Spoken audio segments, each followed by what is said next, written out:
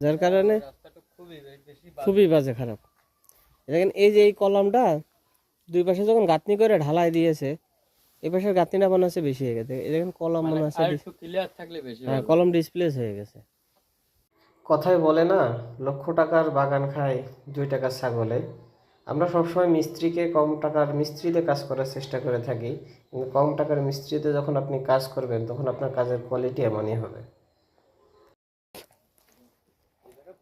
গ্রামের মিস্ত্রিদের দিয়ে কাজ করলে যারা মানে কোয়ালিটি বোঝে না, তাদের দিয়ে কাজ করানো আসলে ঠিক না।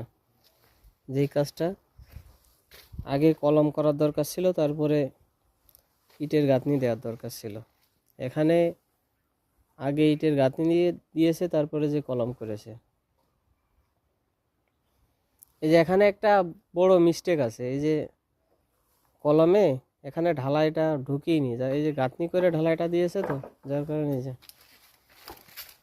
ওখানে একটু ঠিক করে দিতে হবে এটা।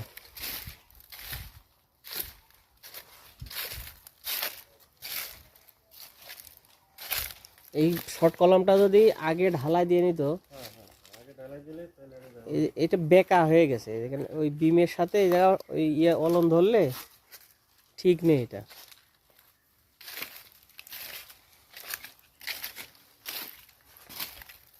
এটারও একই অবস্থা, এই যে গাঁথনির বাইরে বিমটাই সঠিক করতে পারিনি, বিমটা বাঁকা হয়ে গেছে।